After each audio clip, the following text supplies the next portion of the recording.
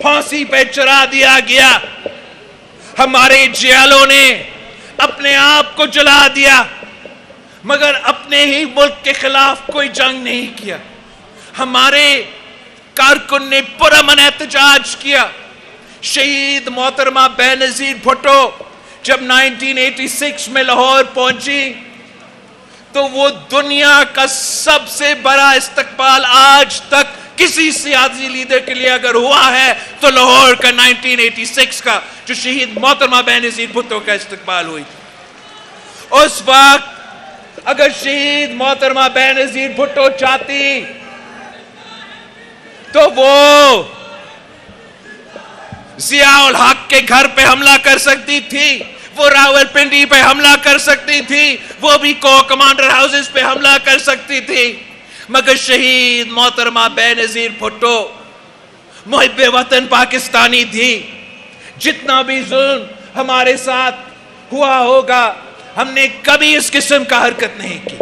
ہم نے ہمیشہ ایک ہی نعرہ لگایا ہے کہ جمہوریت ہمارا انتقام ہے.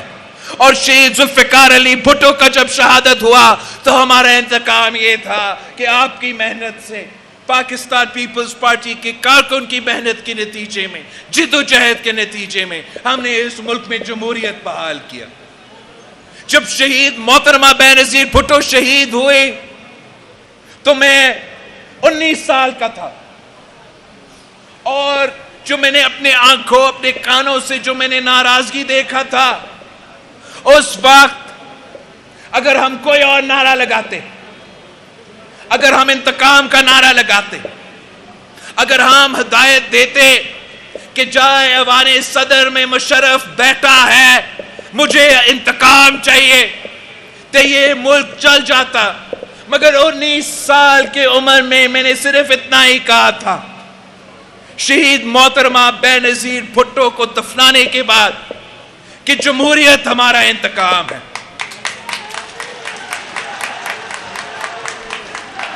ہم پرامن جماعت ہے, ہم نے ہمیشہ پرامن سیاست کی ہے, اور یہ جو پالتو سیاستدان تھے, جو کٹپتلی تھے, جو سلیکٹڈ تھے, جو 30 سال کسی امپائر کی انگلی کی وجہ سے سیاست میں تھے,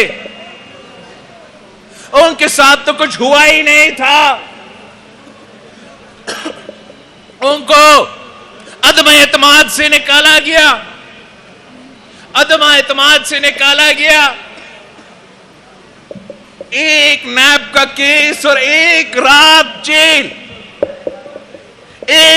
جیل میں گزارنے کی وجہ سے انہوں نے اعلان جنگ اپنے کارکن کو کمانڈر ہاؤس پہ, GHQ پہ ہدایت سازش کے تحت حملہ کروائے تھے. اور اگر ہم ان کو قانون میں اور قانون کے کٹارے میں کھڑا نہیں کریں گے تو پھر ملک کا نقصان ہو, اور نہ میں نہ آپ اس ملک کا, پاکستان کا نقصان برداشت کر سکتے ہیں. تو پاکستان پیپلز پارٹی چاہے وہ دہشت گرد ہو یا سیاسی دہشت گرد ہو, ہم سمجھتے ہیں کہ ان کے خلاف سخت ایکشن لینا چاہیے.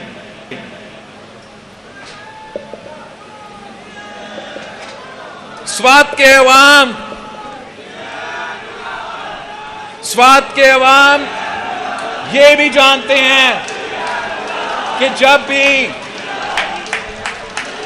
بھی عام آدمی کا خیال رکھا گیا, غریب آدمی کا خیال رکھا گیا, تو وہ پاکستان پیپلز پارٹی کے دور میں خیال رکھا گیا. ڈاکٹر صاحب ہمیں بتا رہا تھا کہ یہ شہید ذوالفقار علی بھٹو کے دور تھا جب آپ کو اپنا مالکانہ حقوق ملے, اور یہ سلیکٹڈ کا دور تھا جب آپ سے آپ کا مالکانہ حقوق چھینا گیا. یہ شہید ذوالفقار علی بھٹو کا دور تھا جب آپ کو ٹیکس ریلیف ملا. یہ شہید محترمہ بینظیر بھٹو اور شہید ذوالفقار علی بھٹو کا دور تھے جب یہاں کے عوام، پورے پاکستان کے عوام کو روزگار دیے گئے۔ قائد عوام کے بارے میں کہا جاتا تھا کہ قائد عوام نہ صرف یہاں پاکستان میں روزگار دلواتا تھا مگر یہاں کے نوجوانوں کو مفت پاسپورٹ دلوا کے باہر مڈل ایسٹ میں اور یورپ میں بھی روزگار کا بندوبست کرتا تھا۔ شہید محترمہ بینظیر بھٹو کے دور میں بھی یہ عام تھی، ہمارا نعرہ تھا کہ بینظیر آئے گی تو روزگار لائے گی، اور یہ شہید محترمہ بینظیر بھٹو اور پاکستان پیپلز پارٹی نے